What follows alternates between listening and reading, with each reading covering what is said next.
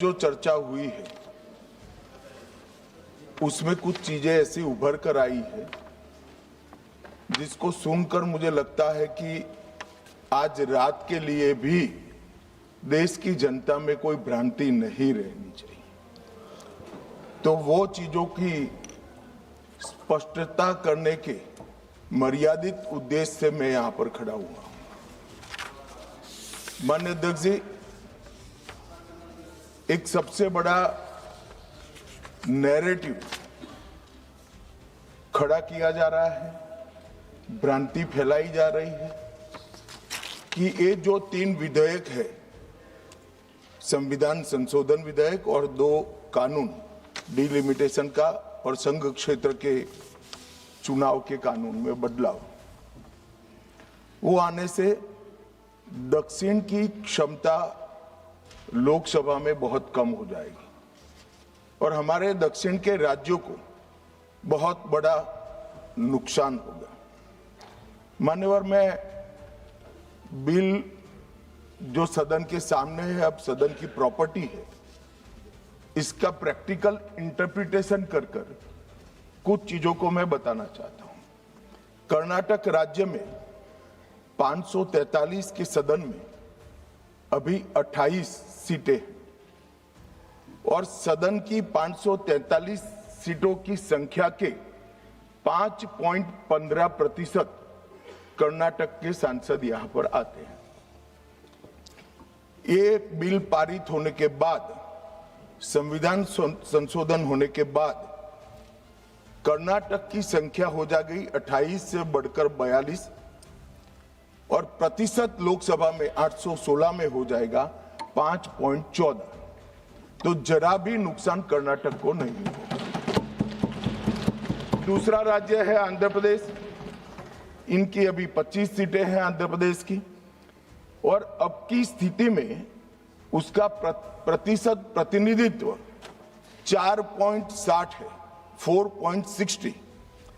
अब इसमें भी 50% लगभग वृद्धि होगी, तो सीटें हो जाएगी 38 और 4.60 की जगह 4.65% उनकी शक्ति हो जाएगी। तेलंगाना में 17 सीटें हैं अभी और उनकी शक्ति 543 के सदन में प्रतिशत 3.13 है। अब उसमें 50% की वृद्धि होगी और सीटें हो जाएगी 26 और 3.13 की जगह 3.18% उनकी क्षमता। तमिलनाडु, इतने सारे लोग काले कपड़े पहनकर आए हैं, मैं तमिलनाडु की जनता को भी आश्वस्त करना चाहता हूं कि आपकी शक्ति कम नहीं होगी, बढ़ रही है। मान्यवर, अभी 39 सांसद तमिलनाडु राज्य से चुनकर यहां आते हैं और 543 के सदन में उसके प्रतिशत है 7.18% और अब 50% वृद्धि के बाद सांसद लगभग हो जाएंगे 59 और इनकी नए सदन में 816 के सदन में प्रतिशत में संख्या हो जाएगी 7.23। मैं फिर से एक बार रिपीट करना चाहता हूं, अभी तमिलनाडु की सदन में प्रतिशत स्ट्रेंथ 7.18% है, वो बढ़कर हो जाएगी 7.23। तो तमिलनाडु को भी कोई नुकसान नहीं है।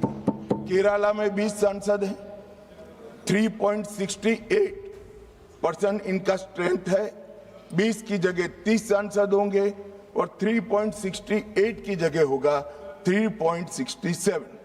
अब कुल मिलाकर दक्षिण का जो पूरा नैरेटिव बनाया जाता है, उसको अगर हम सोचते हैं तो अभी 543 सीटों में जो आपके द्वारा बनाया गया है, उसमें 129 सांसद इस सदन में बैठते हैं।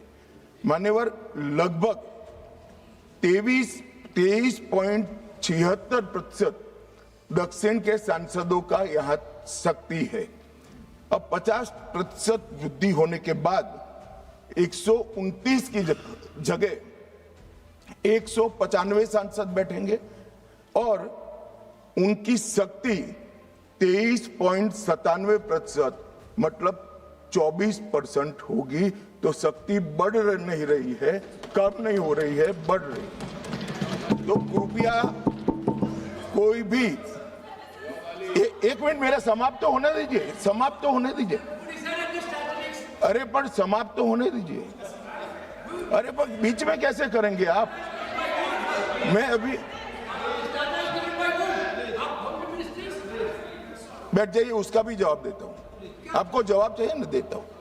मान्यवर, कृपया ये बिल के जो इंटरप्रिटेशन है इसको अधिकृत रूप से बिल को पायलट करने वाले मंत्री के रूप में मैं इस सदन के सामने रख रहा हूं। मैं मेरी जिम्मेदारी समझ रहा हूं। जो भ्रांति फैला रहे वो शायद न समझते हैं, तो उसके लिए मेरा कोई टिप्पणी नहीं है। मान्यवर वेणुगोपाल जी कह रहे हैं कि किसने कहा? मैं अमित शाह भारत का गृह मंत्री कह रहा हूं, जो इस बिल को पायलट किया। दूसरी बात, सुनिए ना, बिल में कहां है और कहां से ड्रॉ कर मैं आंकड़े निकालता हूं। मैं कल उनको जब डिटेल जवाब दूंगा तब बता दूंगा, मगर वो सुनने के लिए बैठे वॉकआउट न कर जाए। बाकी मैं डिटेल केजी के बच्चे को समझ में आए इतनी सरलता से इनको मैं समझा दूंगा। उनको धैर्य से सुनना चाहिए। मान्यवर, इन्होंने कहा कि जाति जनगणना नहीं कराना चाहती है सरकार। इसको भी मुझे स्पष्ट कर देना चाहिए। सरकार की कैबिनेट ने नरेंद्र मोदी जी के नेतृत्व में जाति जनगणना करने का निर्णय कर लिया है। अगली जनगणना जाति जनगणना होने वाली है। एक भ्रांति फैलाई जा रही है कि अभी जो प्रश्न पूछे जा रहे हैं उसमें जाति का जिक्र नहीं है। मान्यवर, जनगणना जिनका डिटेल अभ्यास है उनको मालूम होगा, जनगणना 2 हिस्सों में होती है। पहले सभी मकानों को इंगित किया जाता है और उसके बाद में जो बिल्डिंग्स होते हैं इसके अंदर रहने वाले बंदों को इंगित किया जाता है। तो बिल्डिंग की अभी तक कोई जाति की व्यवस्था हुई नहीं है, होगी तब इसको भी गिन लेंगे वे। अभी तक बिल्डिंग की कोई जाति व्यवस्था नहीं है। मान्यवर, जब व्यक्तियों की जाति गिनी जाएगी तब जाति जनगणना का सवाल आएगा। ये भी मैं आज पूरी तरह से स्पष्ट कर देना चाहता हूं। मान्यवर, उन्होंने कहा कि 850 का आंकड़ा कहां से आया, ये मैं समझाता हूं। 850 का जो आंकड़ा है मान्यवर, वो इस तरह से बना है कि काल्पनिक रूप से सोच ले कि 100 सीटें हैं। अगर 33% माताओं को, मातृशक्ति को आरक्षण देना है तो उसमें 50% बढ़ाते हैं तो सीटें होती है 150, और 150 जब होती है इसका 33% करते हैं तो 100 सीटें ऑटोमेटिकली हो जाती हैं। जो 543 सदस्य बैठे हैं इसमें 50% वृद्धि होगी।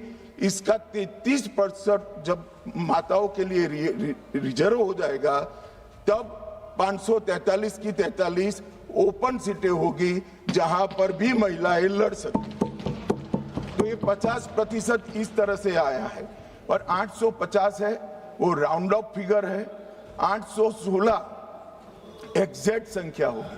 ये फिर से पूछेंगे कि ऐसा क्यों किया है, तो अभी भी राउंड ऑफ फिगर जो है ये 543 नहीं है, 543 से ज्यादा ही है। अब उन्होंने कहा कि वृद्धि कैसे करोगे आप? 550 इतना तो समझ जाएंगे भाई। मैं केजी कहा तो तुम 7 अर्थ में केजी की तरह करने लगे। मान्यवर, इन्होंने कहा कि ये बिल में लिखा नहीं है। सांसद ज्योतिमणि और दक्षिण के कई सारे सांसदों ने कहा, मेरा कल समय ले मैं पढ़वा दूंगा। वैसे समय लेने की जरूरत भी नहीं है। कल मैं सदन के सामने ये डिटेल पूरा देश समझ पाए इस तरह से समझा दूंगा। मान्यवर, डीलिमिटेशन कमीशन का जिक्र है कि डीलिमिटेशन कमीशन में आप आपके लोग बिठा दोगे, ये करोगे वो करोगे। तो मैं माननीय सदस्य प्रियंका जी को कहना चाहता हूं, हमने डीलिमिटेशन कमीशन एक्ट के अंदर कोई बदलाव नहीं किया है। फुल स्टॉप कोमा में आपका डीलिमिटेशन कमीशन एक्ट को हमने रिपीट किया है। अगर आपने उस वक्त मैनिपुलेशन किया है तो मैं इतना कह सकता हूं, आप कह रही हो कि इससे मैनिपुलेशन होगा, तो आपने अगर उस वक्त ये एक्ट का उपयोग कर कर मैनिपुलेशन किया होगा तो मैं इतना कर सकता हूं कि हम नहीं करेंगे और मैं कुछ नहीं कह सकता। मान्यवर, एक वाक्य है कि तमिलनाडु बंगाल में चुनाव हो रहे हैं और ये नया एक्ट आ गया। मान्यवर,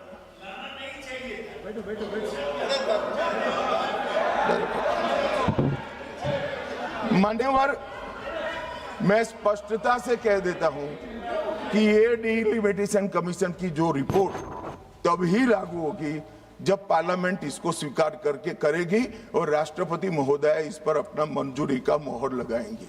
तो ये 2029 के पहले होने का सवाल नहीं है। 29 तक भी जो चुनाव होंगे वो सारे पुरानी सीटों पर ही होंगे, पुरानी व्यवस्था में होंगे।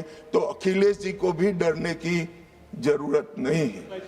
यहाँ 27 की बात करो, यहाँ हालांकि वो जीतेंगे नहीं, ये वो अलग बात है, मगर डरने की जरूरत नहीं है। यहाँ पर कहा गया कि सत्ता बनाए रखने की लालसा में ला गया है। मान्यवर, ऐसा जो लोग कहते हैं कि कुछ नेता 130 करोड़ की आबादी के जनमत को मैनिपुलेट कर सकते हैं, वो हमारी शक्तियों के आकलन बहुत ज्यादा कर रहे हैं। हम तो उस बात में मानने वाले हैं, लोकतंत्र में सत्ता नागरिक के वोट से और नागरिक के दिमाग से ही तय होती है। राजनेता, राजनीतिक पार्टियां नहीं कर सकती। 130 करोड़ का जनमत कौन मैनिपुलेट कर सकता है ऐसा? और अगर कर पाते तो हम तो जीतते ही नहीं। आप सत्ता में बैठे थे, हम कैसे जीतते? मान्यवर, इमरजेंसी डालने के बाद भी जनमत मैनिपुलेट नहीं होता है, इस देश का इतिहास है। और जहां तक लोकतंत्र को खत्म करने की बात करी है, मैं भारतीय जनता पार्टी के कार्यकर्ता के नाते, इस सदन में एक सांसद के नाते कहता हूं, किसी की भी ताकत नहीं है इस देश से लोकतंत्र